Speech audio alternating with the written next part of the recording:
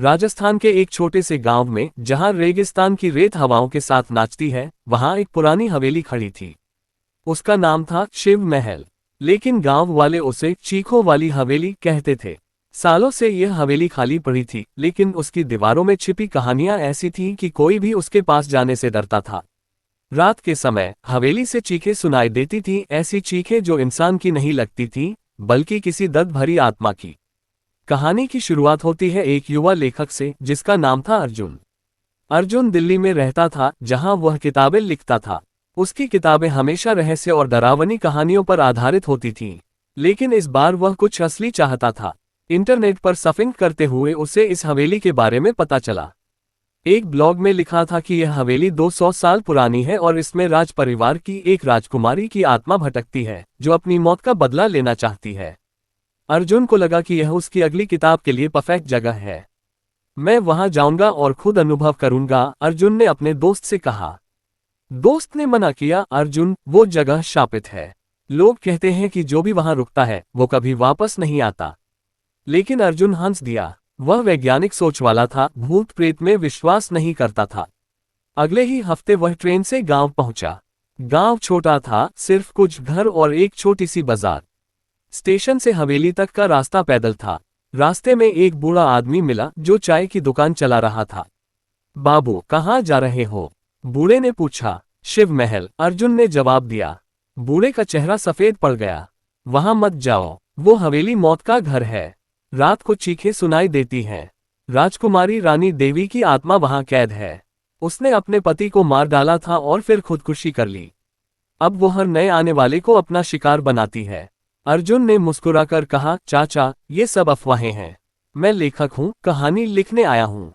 बूढ़ा चुप हो गया, लेकिन उसकी आंखों में डर था। अर्जुन आगे बढ़ा। हवेली गांव के बाहर थी, चारों तरफ रेतीली जमीन। जैसे ही वह पहुंचा, सूरज ढल रहा था। हवेली विशाल थी, 3 मंजिला, पुरानी ईंटों से बनी, जगह जगह टूटी हुई। मुख्य दरवाजा लकड़ी का था, जो जंग लगने से काला पड़ गया था। अर्जुन ने चाबी निकाली। वह हवेली के मालिक से मिल चुका था, जो शहर में रहता था और हवेली किराए पर देना चाहता था। दरवाजा खोलते ही ठंडी हवा का झोंका आया। अंदर धूल भरी थी, फर्नीचर पुराना और टूटा हुआ। मुख्य हॉल में एक बड़ा सा चित्र लटका था, एक सुंदर महिला का, जो राजकुमारी रानी देवी लग रही थी। उसकी आंखें इतनी जीवंत थीं कि लगता था वो देख रही है। अर्जुन ने अपना बैग रखा और कमरे देखने लगा। ऊपरी मंजिल पर कई कमरे थे, लेकिन एक कमरा बंद था। उस पर ताला लगा था। शायद स्टोर रूम, अर्जुन ने सोचा। रात हो गई। अर्जुन ने कैंडल जलाई क्योंकि बिजली नहीं थी। वह डायरी में लिखने लगा। बाहर हवा तेज थी, पेड़ों की सरसराहट सुनाई दे रही थी। अचानक एक चीख सुनाई दी, दूर से, लेकिन साफ। अर्जुन चौंक गया। शायद कोई जानवर, उसने खुद को समझाया। लेकिन चीख फिर आई, इस बार करीब से। वह उठा और खिड़की से बाहर देखा।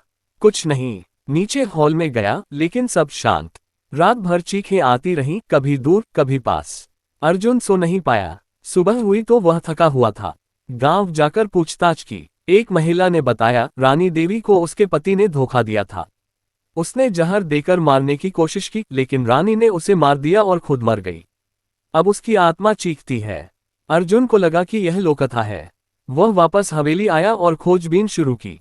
पुरानी किताबें मिली, जिनमें राज परिवार की कहानी लिखी थी। रानी देवी सुंदर थी, लेकिन क्रूर भी। उसने कई नौकरों को मार डाला था। शाम हुई। अर्जुन ऊपरी कमरे में था जब फिर चीख आई। इस बार बंद कमरे से। वह दौड़ा, लेकिन ताला लगा था। रात को चीखें और तेज हो गईं।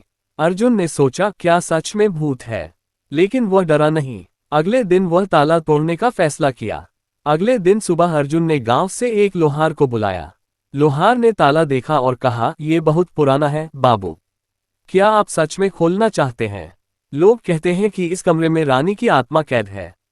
अर्जुन ने हंसकर कहा, खोलो।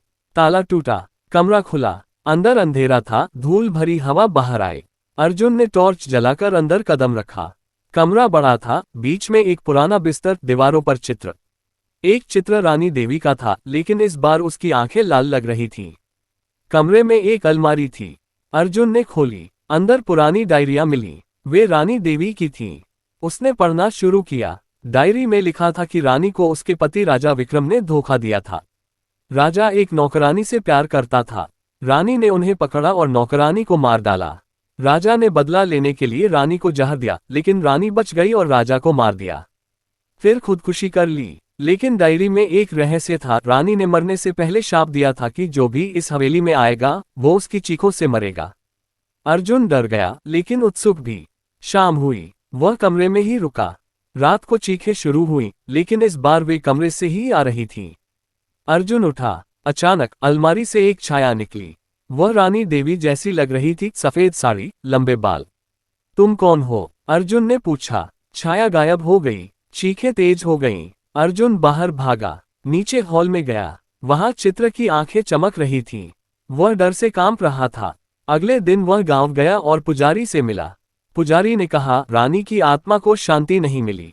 उसे मुक्ति चाहिए, लेकिन उसके लिए हवेली के तहखाने में जाना होगा जहां उसका राज छिपा है। अर्जुन ने पूछा, तहखाना कहाँ है? पुजारी ने बताया कि मुख्य हॉल के नीचे। अर्जुन वापस आया और फर्श पर खोजा।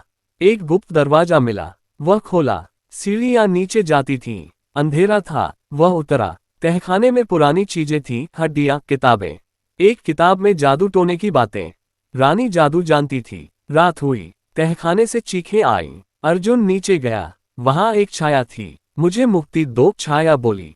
अर्जुन डर गया। वह ऊपर भागा, लेकिन दरवाजा बंद हो गया। वह फंस गया।